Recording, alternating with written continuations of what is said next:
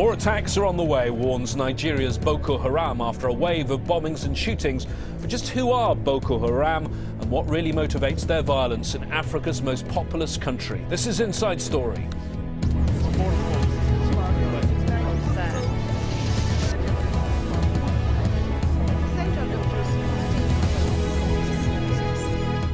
Hello and welcome to the programme. I'm James Bays. At least 69 dead, although some reports put the number at about 150 and scores more injured as Nigeria saw one of its worst days of violence in 2 years.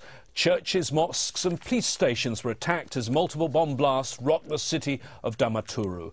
There were also 4 separate bombings in the town of Maiduguri. At least 4 people were killed there. These attacks have fuelled an already steep sectarian divide and are the latest by the Islamic group Boku Haram, who've claimed responsibility.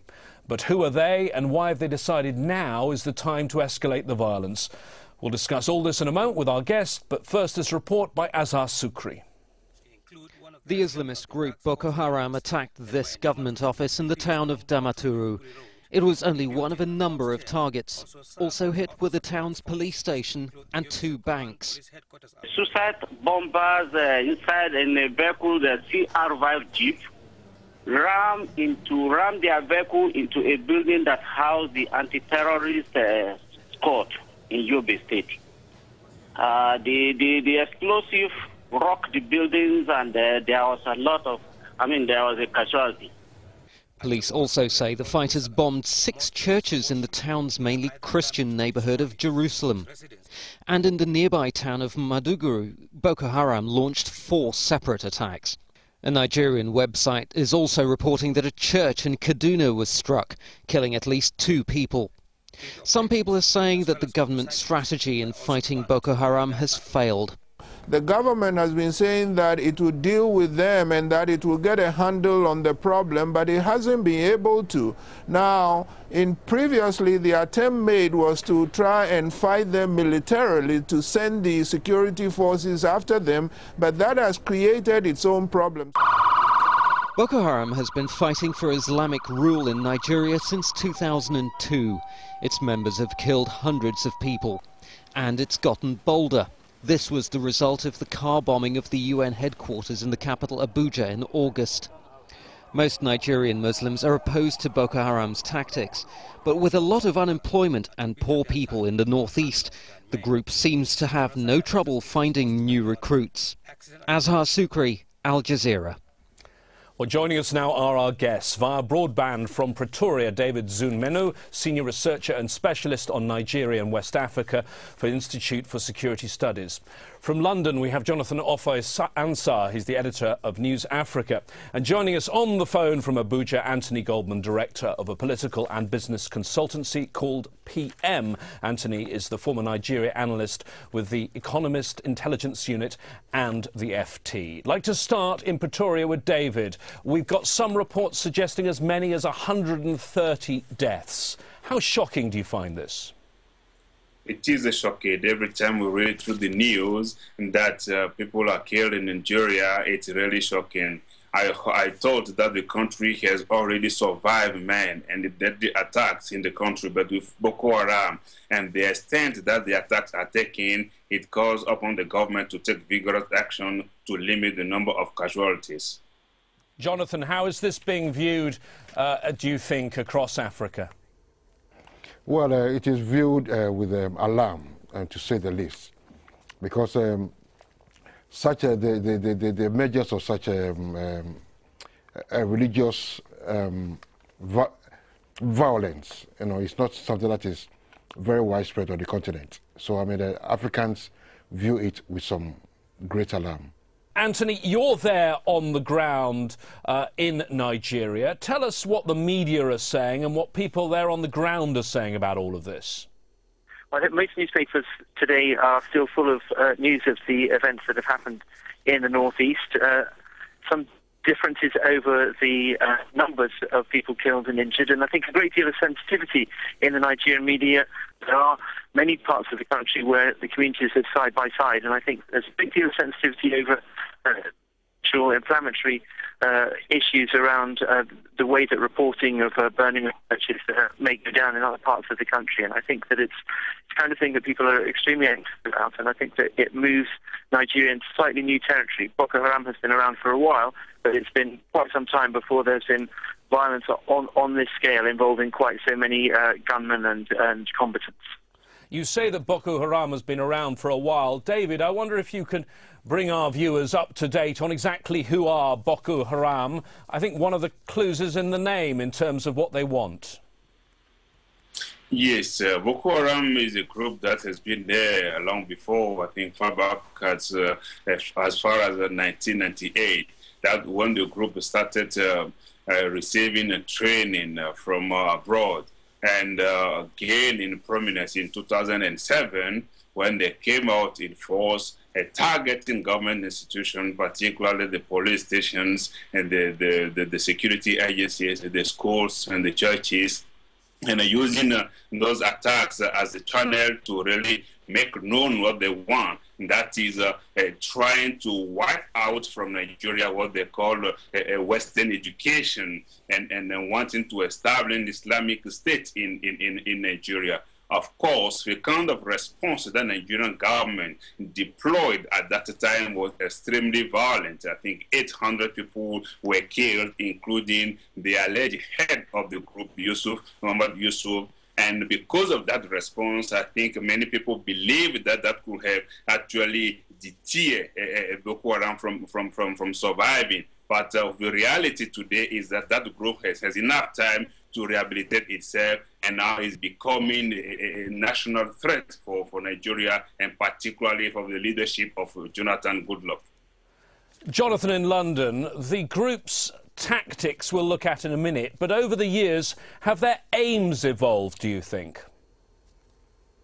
No, their aims have been rather the same. No, like David said, they want the introduction of Sharia law into the whole of, within the whole of the country of 160 million people. And we mustn't forget that Nigeria itself, I mean, like the population is about 160, and it's almost equally divided between the Muslims in the south, and in the north, and the Christians, in the south. So the idea of trying to push for the introduction of a Sharia law across the whole country is rather absurd and rather unrealistic. David, let me ask you about the way the Nigerian government has responded over the years. Do you think that has been a sensible response to the challenge posed by this group? I don't think so. I think the problem has been, first, the appreciation of the threat that Boko Haram represented to the country, just as the same attitude, I would call cavalier attitude, of the Nigerian government toward the dentist group in the south, particularly the movement for the emancipation of the Niger Delta, where a decision is taken without a follow-up, where everything seems to be a kind of opportunity for the military to deploy.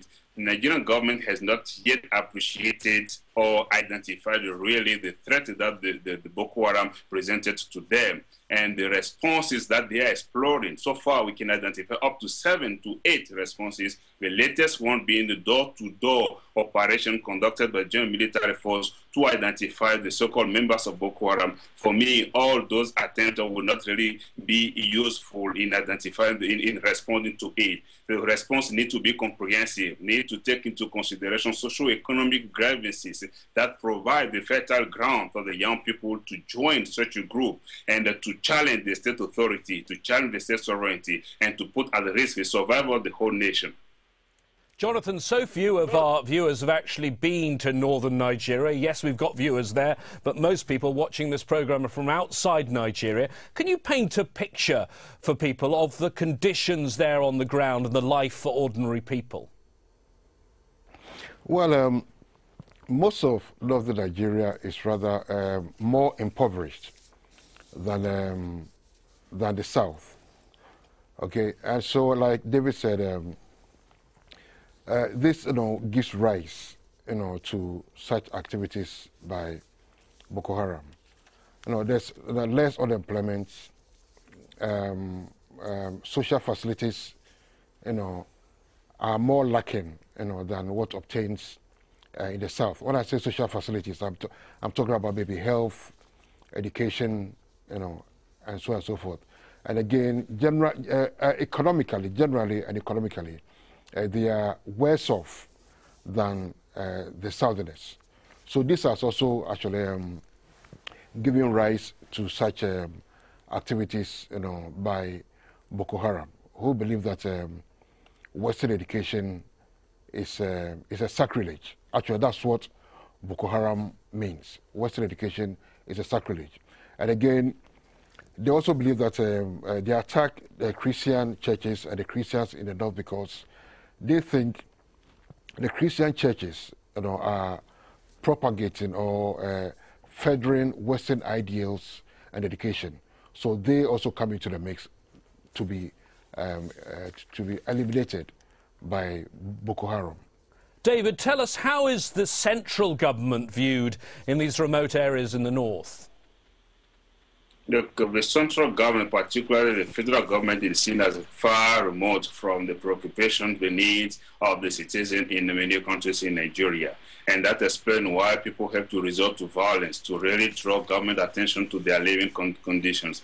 Particularly, one thing that I want to draw attention on is the relation that exists between a citizen in Nigeria. The question of who owns the lands, who is indigenous, and who is a citizen in Nigeria has not yet been addressed. Yet, it is around that question that will define access to power and to resources in Nigeria. The federal government seems very far away, and the federal state are actually depleted by corruption that really prevent them from responding to the social need of the people. Unfortunately, that's the reality that they have to confront if they want to come to terms with the redentist group and the sporadic violence that really is compromising Nigerian in the economic and social stability.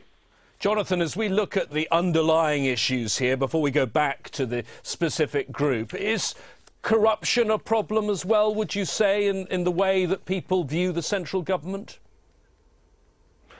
Oh yes, most Nigerians, don't view the central government, with some sort of disdain, if I can put it that way. They believe, the central government, most of the officials, the ministers, are all corrupt. Okay, so this has a knock-on effect, on the general populace. Okay, they think that a ministerial appointment or a government appointment is automatically a dream ticket, to overnight wealth, overnight riches. So the government in Nigeria is not trusted by its own people at all. They believe the whole system, is a very corrupt one. David, do you think that lack of trust in the north is also something to do with the way the government has responded to the actions carried out by this group? Some have said it's been quite a heavy-handed response over the years. It has been a heavy-handed response, militarily speaking, but it has not been enough to really address the issue. And that's why former President Olusegun Obasanjo says that the military response alone will not help Nigeria to overcome. And Nigeria cannot even do this alone. The problem of building trust among Nigerian citizens, for me, it needs to be resolved. If we look at it as how Yar'Adua succession has been handled in Nigeria, and the negation of a gentleman agreement that rotates power between North and South, that needs to be situated in the particular context of trust building. Once we agree on something, let us respect that agreement and let us work within that consensus. Breaking it on any other ground, for me, will continue to undermine the confidence building among citizens and the leadership in Nigeria. In addition to that, there is a weakness in the intelligence gathering and intelligence operations in Nigeria, because the movement has been there a long time ago and the activities are known. But the Nigerian government failed to anticipate and to take some preventive measures that will actually undermine the ability of that group to come and challenge the authority, including in Abuja. during the Independence Day. I think that's the kind of audacity that the federal government needs to confront if they want to ensure their own survival and ensure the integrity of Nigerian territory and the unity of the country. The other thing, of course, the government is going to need is intelligence about this group. Anthony in Abuja, we heard that the founder of the group was killed a couple of years ago. Who's leading it now, and what do we know of its organisation? Yes, I think that's a key issue. There is one single coherent architecture, if you like, for an institutional body with a single command structure. I think that North issues around provincial affairs and how to deal with a particular set of issues around Borno State, around Bauchi, and around Yobe. I think that as the situation, the security situation has deteriorated, as a vacuum of legitimacy and authority has opened up, I think more radical tendencies have come in, and that the group, which perhaps at one stage was very tightly organised around a set of values in the northeast of the country, has perhaps spread and perhaps been exposed to influences in other parts of Africa, jihadist groups and international groups. And I think that it's in that sense that this presents something, a new challenge to Nigeria. Suicide bombings and so on is certainly not part of the culture of this part of the world, and I think this presents particular challenges to security agencies who've been having to work very quickly to try to catch up. Now, they think that they thought that they had made some successes with some arrests, but I think that it's quite clear after these latest events that whatever successes they had made, there's still quite a lot left in place amongst Islamist or radical groups. Jonathan, what's your view on that? Do you see this as one unified group, or do you think it has splintered? Is there still one Boku Haram?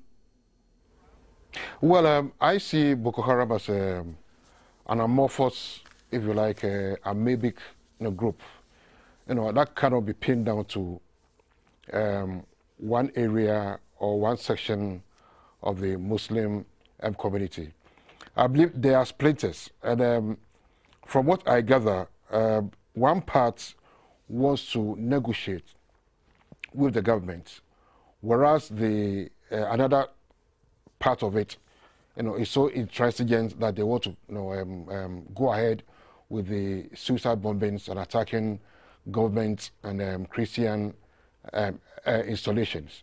So it's amoebic, it's amorphous, and it's sort of divides itself, into different cells, groups here and there. David, so you cannot amorphous and pin it amoebic, that makes it very hard to fight, doesn't it? Definitely, I think if you are not dealing with a kind of homogeneous group, it makes the negotiation process extremely difficult. And certainly, this is part of the difficulty that the government is facing. But also can work other way around for the government, because they can really try to isolate the hardliners within the movement, negotiate with the willing people within that structure, as has happened before within the mains and the various militant groups in Niger Delta, to the result that we know, even though that's not a result, the kind of result that we can celebrate for the time being, but at least brings back peace in Nigeria and restore the oil-producing capacity in that region. But this strategy can work only if it features into a comprehensive plan that the government has decided. I believe the Presidential Council that has been put in place by Jonathan to work and make recommendation on the issue has submitted its report. Whether the recommendations are going to be taken seriously and implemented remains to be seen. And the survival of Nigeria, the success of the operation will depend on this. But on the other side, Nigeria needs to understand they cannot do it alone. If the US and the UK and some external partners are already trying to help, but that help also needs to be articulated, not to make the U.S. citizen or any other foreign country citizen a target of the group, because by seeing the heavy and visible U.S. citizen involvement in the fight against Boko Haram, they might see some excuse to really spread the attacks on foreign institutions, as we have already seen with the bombing of the UN headquarters. Talk of foreign help to try and combat Boko Haram. But Anthony in Abuja, do you think Boko Haram itself is getting foreign help? Do you think there is a sign in that in its evolving tactics? Well, yes, I mean, I think that as far as radical Islam in Nigeria goes, there is a history. Christmas before last, a young Nigerian national was failed in a bid to blow up an airliner landing in the US.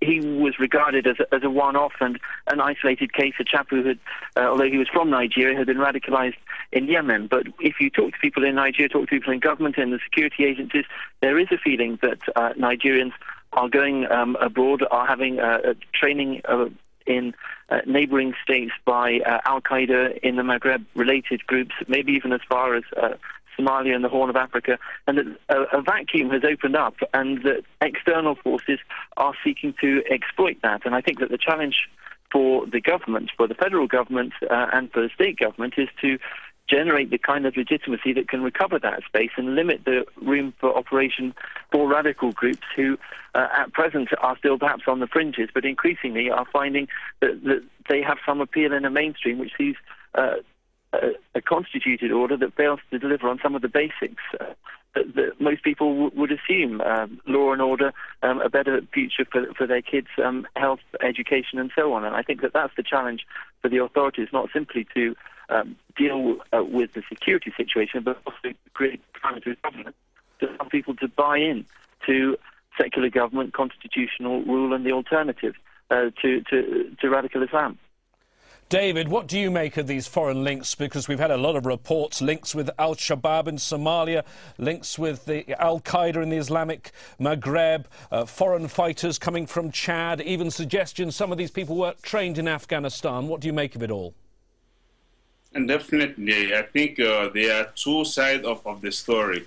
Boku Haram, the first members of Boku Haram have been trained in Afghanistan and in Iraq. Some of them receive assistance from that side. Currently, though it's still difficult to gather concrete evidence, I think we have sufficient reason to believe that there are some links between the Al-Qaeda and the Islamic Maghreb roaming around the Sahel and the Al-Shabaab in Somalia. The difficulty here, and where the problem is going to become very complicated, is the amount of weapons unleashed into the desert by the downfall of Muammar Gaddafi and the supporters. Those weapons are simply flooding into the region, falling into wrong hands. Some of them are certainly going to find their way into Boko Haram or the Al-Qaeda and the Islamic Maghreb or other redentist group. And those who have been chased, the Al-Shabaab who have been hunted by the Kenyan, will certainly try to find their way to come and reinforce their brothers